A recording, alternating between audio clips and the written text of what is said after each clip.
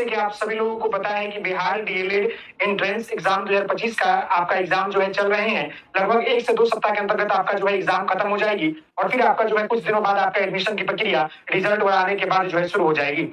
Admission के दौरान जो है काफी बच्चों को जो है डॉक्यूमेंट को लेकर जो है काफी परेशानी आती है, जिसकी वजह से उनका एडमिशन जो है नहीं हो पाता है। नाम आए हुए भी, सब कुछ किए हुए भी जो है उनको धरा का धरा रह जाता है। तो आप सभी लोगों से निवेदन है कि इस वीडियो को पूरा देख लीजिए और आप अभी से ही जो है अपने इन सभी डॉक्यूमेंट को तैयार कर लीजिए, ताकि आपके एडमिशन में किसी भी प्रकार की जो है समस्या का सामना आपको नहीं करना पड़े। तो आइए हम एक एक चीजों के ऊपर बात करेंगे। देखिए, बिहार डीएलएड 2025 की बात करें, एडमिशन डॉक्यूमेंट सब तैयार रखो ताकि आपको एडमिशन में किसी प्रकार की दिक्कत नहीं होगी। मैं आपको बताना चाहूंगा कि आपका जो है एग्जाम अभी चल रहा है और ये एग्जाम आपका खत्म कब होगा, तो 27 जो है आपको सितंबर 2025 को आपका एग्जाम ये क्या हो जाएगा, खत्म हो जाएगा।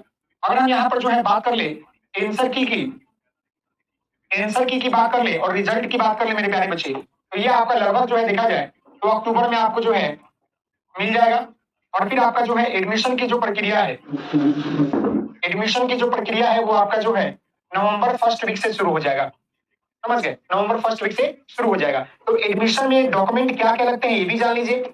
समझ गए, एडमिशन में डॉक्यूमेंट क्या क्या लगता है ये डॉक्यूमेंट को जान लीजिए। साथ ही साथ इन सारे डॉक्यूमेंट को आप तैयार कर लीजिए ताकि आपको एडमिशन में किसी तरह की समस्या नहीं आवे। तो आइए यहाँ पर मैं आपको एक ही चीजों के बारे में बता दूं। यहाँ पर जितने भी डॉक्यूमेंट लिखे गए, टोटल आपको 14 से 15 डॉक्यूमेंट रहते हैं। इन सभी डॉक्यूमेंट को आप तैयार कर लीजिएगा ताकि आपको दिक्कत नहीं हो। सबसे पहले आपका जो डॉक्यूमेंट लगता है वो आपका लगता है आवेदन फोटोकॉपी। आवेदन फोटोकॉपी कहने का मतलब है कि जब आपने जो है डीएलएड एंट्रेंस का फॉर्म भरा, डीएलएड एंट्रेंस का फॉर्म जो है भरा था उसका फोटोकॉपी लगेगा। जो आवेदन फोटोकॉपी कहने का मतलब है कि जब डीएलएड का फॉर्म आया था तो उस समय आपने जब डीएलएड का फॉर्म भरा तो फॉर्म भरने के बाद एक आवेदन कॉपी मिलता है, तो उस आवेदन कॉपी रखना बहुत जरूरी है। अगर आपके पास आवेदन कॉपी नहीं तो समस्या आ जाएगी।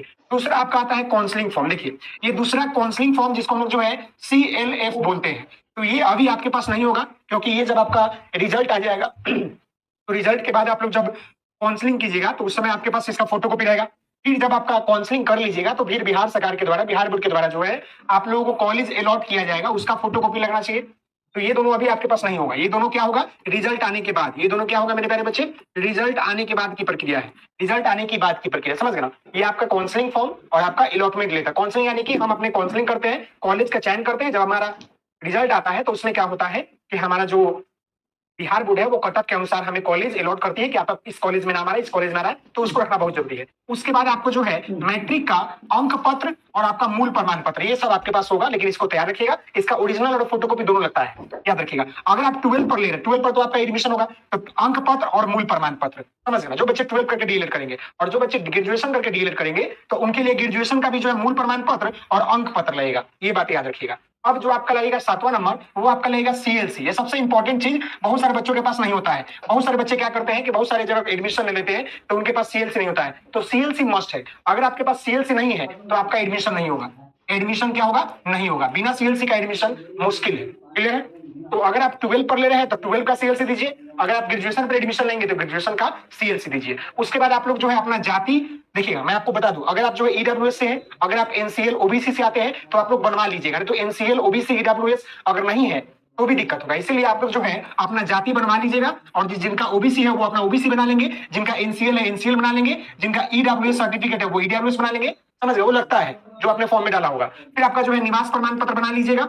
निवास प्रमाण पत्र, चिकित्सा प्रमाण पत्र आपका जो है एडमिशन के समय बनता है, ये अभी जरूरत नहीं है, एडमिशन के समय। उसके बाद आपका जो है शपथ पत्र, ये भी आपका एडमिशन के समय बनेगा। आधार कार्ड आपके पास होगा, उसका ओरिजिनल फोटोकॉपी, 5 गो फोटो चाहिए। और आपका जो है फिजिकल डिसेबल, जो बच्चे अंधे होते हैं, जिनको दिक्कत है, उनका डॉक्यूमेंट लगता है। तो जो चीजें एडमिशन के समय लगने वाला है उसको हमने गोला घेर दिया है कि ये सब सारे डॉक्यूमेंट आपको जो है क्या है कि एडमिशन के समय लगेगा। लेकिन तत्काल में जितने डॉक्यूमेंट है, जो आपका जाति, आवास, निवास, NCL OBC EWS, ये सब जरूर बना लीजिए। CLC नहीं तो उसका उपाय कर लीजिए, नहीं तो फिर आपको एडमिशन के समय काफी जो है दिक्कत का सामना करना पड़ता है। और उस समय आपका अगर ये डॉक्यूमेंट नहीं मिला तो फिर आपका एडमिशन नहीं होगा, ये लिख लीजिए। समझ गए। तब तक के लिए धन्यवाद। आप